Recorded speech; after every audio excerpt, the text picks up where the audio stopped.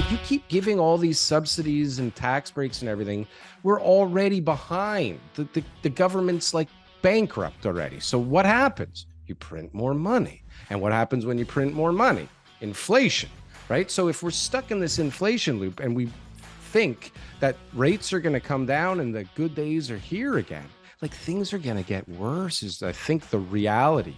And who knows how bad they get. Since the beginning of 2020, who's actually gotten it the worst? Renters. Renters. I think landlords, to be honest with you. I mean, tenants too, renters too. No one feels bad for the landlord. Yeah, No but one if feels. Yeah, but some of them especially are like if they've been in the really market good for a while. people. No, They'll make up for that with their appreciation and stuff. Oh, but It's come on. There's good people that got into good deals that all of a sudden. No, it's not only novice investors. There was bullshit going on in the market, man. People got manipulated and made bets based on the recommendations of the government or Bank of Canada. Like, that's separate. Like, but people listen to their forward guidance, because we're all supposed to like listen to that at certain points in time, apparently. And so people made bets, even in businesses with loans based on the prime rate, that the loan would be cheaper for longer, right? And so all kinds of people got bamboozled, or their timing got fucked up because they didn't have extra time. And yes, people will say, yeah, you're stupid for listening and you got to make sure and blah, blah, blah. But like, things have changed so drastically. No one ever could have seen this coming. People thought like 200 basis points was insanity. We got 450, and it's not done yet. There's no fucking way they can be done yet. Unless something crazy happens, they can't cut rates because CPI is still growing and there's nothing to stop it, right? There's nothing to stop CPI from growing on the current trajectory. They didn't do anything. If anything, they're throwing more free money out there and just disguising it as other things, right? Or tax breaks and stuff. Like, so what happens with the shortfall? We talked about that once on the show when TK, I think, brought up this HST. Like, you keep giving all these subsidies and tax breaks and everything. We're already behind. The government's like bankrupt already. So what happens? You print more money. And what happens when you print more money? Inflation. Right. So if we're stuck in this inflation loop and we think that rates are going to come down and the good days are here again, like, things are going to get worse is, I think, the reality. And who knows how bad they get. Like, because it's not, like you said, it's not an inventory problem. Even the biggest inventory or supply versus demand buffs are now going like, shit, there actually is some inventory and nobody's buying it because it's shit. Right. And overpriced shit. Right. So like, the end is nowhere close to in sight. It's going to get worse and worse and worse. And that doesn't mean that the market doesn't like rebound, because it's fucking not even close to tied to reality in any way here. Is it?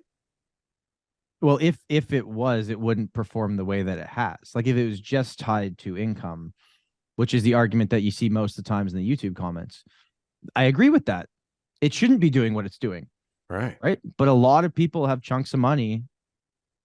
They're not me, but someone does. Lots of people do that are buying and buying and buying. And I agree with you. Like, I think it's going to be a much different market for longer than maybe we expect. Yeah. And like, TK, you know as well as me, like, in our industry, we're more optimistic. And I think it's because we have the mix of like, yes, we see the numbers, but we're also having the conversations. It's not like my phone isn't ringing. It's just ringing for different reasons now, maybe, than it was before. And when I'm meeting with sellers now, because even though I know real estate agents are seen as the people that are propping up the market, I'm literally spending most of my day trying to convince people that their property is worth less than they think it is, so that we can actually be part of the 20% of the new inventory that sells. You're on the listing side. Yeah. If you're a buyer agent, then you have to pump the market all day long. But if you're representing sellers mostly, you have to give people a dose of reality. Well, so that's my conversation every day. How often with your team, TK, do people get like their price from the agent and then they just disappear? And is that happening more now? Disappear. What they're getting is they're getting reality. Yeah. And then they're saying, well, I don't need to sell. I'm not in a rush. I don't think it's a good time. Well, great. Back in 1990, when the market crashed, it took 5 years for us to hit the bottom. And then it was 12 years until 2002 before that price came back up to the peak of the 1989-90 market. So as long as you're willing to wait until another 12 years goes by, so if 2022 is the peak and the next one will be 2034, as long as you're okay to wait till 2034, hang on to your property. I'm not here to tell you to sell your property if you don't want to sell it. But if you're telling me you're going to be selling and next year it's going to be better based on nothing, based on you speculating that real estate only goes up, I'm here to tell you that next year could be much worse. Yeah. I actually had 5 years of declines. The last time I think there's happened. some people that are going to sell now out of fear that shouldn't, because they could afford to keep it. And it's going to then in the future stop them from being able to get back into what they had. I really do think that. I don't know what price they're going to do, but worst case scenario that we've seen is that 1989 example, right?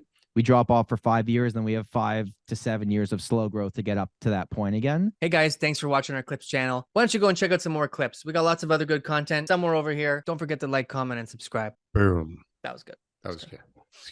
I like that. That was good.